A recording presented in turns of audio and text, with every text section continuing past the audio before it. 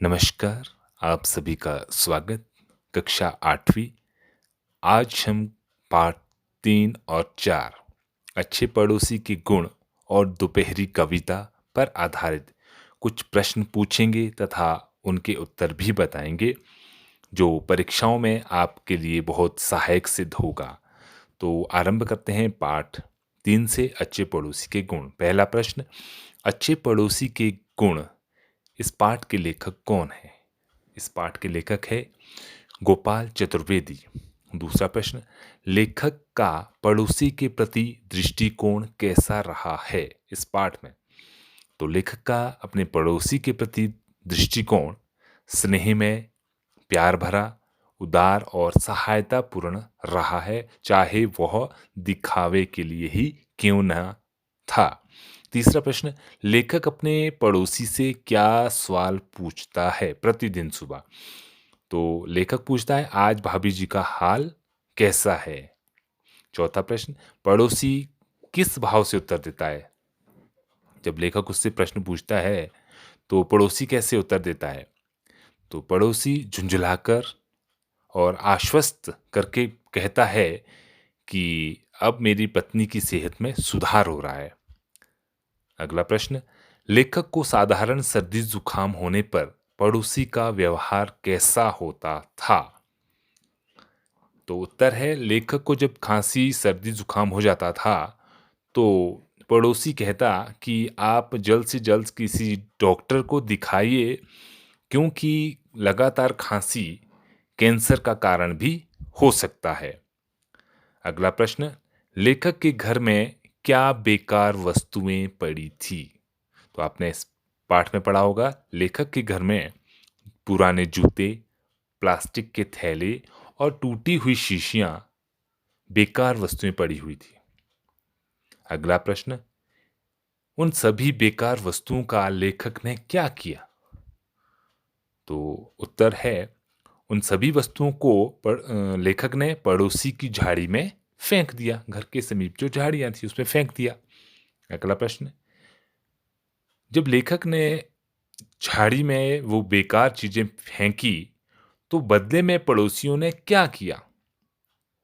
तो उत्तर है, पड़ोसियों ने लेखक के घर के सामने सड़ा गड़ा कूड़ा फेंक दिया। अगला प्रश्न, पड़ोस के ऐसे व्यवहार के मध्य महिलाओं की क्या स्थिति थी? वे किस प्रकार का धर्म निभा रही थी? तो जहां इतना द्वेष था उसके बावजूद भी महिलाएं आपस में चीनी चाय का लेन देन और साथ में शॉल साड़ी का लेन देन कर रही थी। अगला प्रश्न, पड़ोसी की बेटी क्या मांगने लेखक के घर आई? तो जैसे कि आपने पढ़ा, पड़ोसी की बेटी अपनी माता जी का तूश का शॉल मांगने लेखक के घर आई। अगला प्रश्न, लेखक की पत्नी के चेहरे पर संत्रास या डर का भाव क्यों था? क्यों वो डरी हुई थी? तो इसका उत्तर है, क्योंकि उस तूश के शॉल पर चटनी का दाग लग गया था, इसलिए उसे भय था। अगला प्रश्न, शॉल की धुलाई का कितना खर्च आया? तो इसका उत्तर है, जब लेखक शॉल की धुलाई करवाता है तो उसका खर्च 150 रुपए आता है। अगला प्रश्न, तूश प्रकरण के बाद घरों की स्थिति कैसी हो गई? यानी कि जब शॉल पे चटनी का दाग पड़ोसी द्वारा देखा गया, उसके बाद उनमें मनमुटाव और अधिक बढ़ गया, तो उसके बाद की स्थिति कैसी हुई? तो उसके बाद की जो स्थिति हुई वो शीत युद्ध जैसी थी। महिलाओं ने आपस में बातचीत करना बंद कर दिया था। अगला प्रश्न, पड़ोसी ने केवल टीवी के क्या नुकसान बताए? तो पड़ोसी ने कहा कि केवल टीवी से बच्चों की पढ़ाई पर असर पड़ता है और लगातार देखने के कारण इससे नजर भी कमजोर हो जाती है। प्रश्न नंबर 15, मेहमानों के संदर्भ में दोनों क्या करते थे? अब दोनों के तर्क बताने हैं तो लेखक का, जब लेखक देखता था कि उनके पड़ोसी के घर कोई मेहमान आ रहा है और उसे सही रास्ते का पता नहीं है, तो लेखक क्या करता था, उनके मेहमानों को गलत पता बताता था और किसी दूसरे मोहल्ले में भेज देता था। वहीं दूसरी ओर पड़ोसी पड़ोसी क्या करता था, अजनबियों को भी उनके घर ही भेज देता था। इस पाठ का अंतिम प्रश्न, मनुष्य के पड़ोसियों और देश के पड़ोसियों में क्या समानता है? तो इसमें बहुत सारी समानता है, जैसे हम आपस में दिखावे का प्रेम करते हैं, दिखावा ही करते हैं, हमारा सद्भावना या शांति या अहिंसा केवल मात्र दिखावा ही रहती है। वहीं देशों में भी एक दूसरे के प्रति ऐसे ही सद्भावना और शांति, अहिंसा की भावना मात्र दिखावे के लिए होती है, जबकि पड़ोसियों में और देश के पड़ोसियों में आंतरिक द्वेष चला रहता है और जिस कारण पड़ोसियों की मध्य नोक-झोंक चली रहती है, वहीं देश की सीमाओं पर भी विवाद चलता रहता है और कभी-कभी वो विवाद इतना बढ़ जाता है कि सीमाओं पे गोलीबारी भी आरंभ हो जाती है। तो ये था अच्छे पड़ोसी के गुण पर आधारित कुछ प्रश्न। अगला पाठ है दोपहरी, इस पर आधारित कुछ प्रश्न हैं। पहला प्रश्न, इस कविता के कवि कौन है? तो इस कविता के कवि है शंकुत माथुर जी। अगला प्रश्न, गर्मी की दोपहरी में सड़कों का तारकोल कैसा होता है? तो उत्तर होगा, गर्मी की दोपहरी में सड़कों का तारकोल अंगारों की तरह, जैसे आग के अंगारे, जलते हुए अंगारे होते हैं, इतने गर्म होते हैं, वैसा ही तारकोल गर्म होता है। अगला प्रश्न, छाया देने वाले पेड़ों की हालत कैसी थी? दिन के समय जो पेड़ पेड़ थे, उनकी हालत कैसी थी? तो उत्तर होगा, उन वो पेड़ सारे झुलसे हुए नजर आ रहे थे और ऐसा लग रहा था मानो कंकाल के समान खड़े हैं। वहीं अगला प्रश्न है कि पेड़ कैसे लग रहे थे?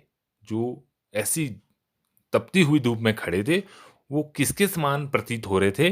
तो उत्तर होगा, पेड़ अवतार के समान, जैसे वो भगवान का अवतार हो वैसे वो दिख रहे थे। अगला प्रश्न, इस गर्मी में दूर से आता क्या नजर आया? कवि ने इस कविता में किसी को बताया है, तो कौन आ रहा था? तो उत्तर होगा, कवि ने दूर से आते हुए एक तांगा देखा, तांगे वाला आ रहा था। अगला प्रश्न, घोड़ा किस कारण आगे बढ़ रहा था? तांगे वाले का जो घोड़ा था वो क्यों आगे बढ़ रहा था, जबकि इतनी धूप थी, तपती हुई सड़क थी, किस कारण वो आगे बढ़ रहा था? उत्तर होगा, वो तांगे पर बैठे हुए आदमी के द्वारा मारे जाने वाले चाबुक के बल पर आगे बढ़ रहा था, क्योंकि उसकी पीठ पर चाबुक की मार पड़ रही थी। अगला प्रश्न, कवि ने घोड़े को किस तरह चलते दर्शाया है? देखिए, तपती हुई धूप थी, जलती हुई सड़क थी, तो कैसे दर्शाया है, किस पर चल रहा था? तो उत्तर होगा, एक जलती हुई अंगीठी पर वो घोड़ा चल रहा था, ऐसा प्रतीत हो रहा है। अगला प्रश्न, कृषक के कंधे पर क्या तथा उसकी स्थिति कैसी थी? इस कविता में एक किसान भी दर्शाया गया है, ग्रामीण दर्शाया गया है, तो उत्तर होगा कि उसने अपने कंधे पर एक लकड़ी के सहारे गठरी को डाल रखा था और उसके जूते फटे हुए थे और वो अपने परिवार के पालन पोषण के लिए कठिन परिश्रम कर रहा था, तो उसकी स्थिति दयनीय थी। अगला प्रश्न, घरों की छतों के नीचे क्या था? तो इस कविता में बताया गया है कि घरों की छतों के नीचे चिड़िया के घोंसले थे, चिड़िया रहती थी, जो धूप के कारण अपने घोंसलों में ही छिपी हुई थी। अगला प्रश्न, बड़े घरों के कुत्तों की क्या स्थिति थी? इस पाठ में यह भी बताया गया कि इसका उत्तर होगा कि वे बड़े घरों के कुत्ते बाथरूम में ठंडे पानी के टबों में आंखें बंद करके लेटे हुए दर्शाए गए हैं कि उनकी पूरी सुविधा है, उनका पूरा ख्याल रखा जा रहा है, जबकि एक गरीब आदमी इस तपती हुई सड़क पर भी कठिन परिश्रम कर रहा है। अंतिम प्रश्न इस पाठ का, इस दोपहरी में कोई भी घर से बाहर क्यों नहीं निकलता? क्यों नहीं निकल पा रहा? क्योंकि बाहर बहुत गर्मी है, तपती हुई धूप है और साथ ही साथ हवा लू का रूप धारण कर चुकी है, लू चल रही है। उसमें निकलना तो क्या, चढ़ना दूर की बात है, असंभव है, बल्कि लोग अपने घरों से बाहर निकलने का भी प्रयास नहीं कर रहे हैं। तो ये थे हमारे इन 2 पाठों से आधारित कुछ प्रश्न।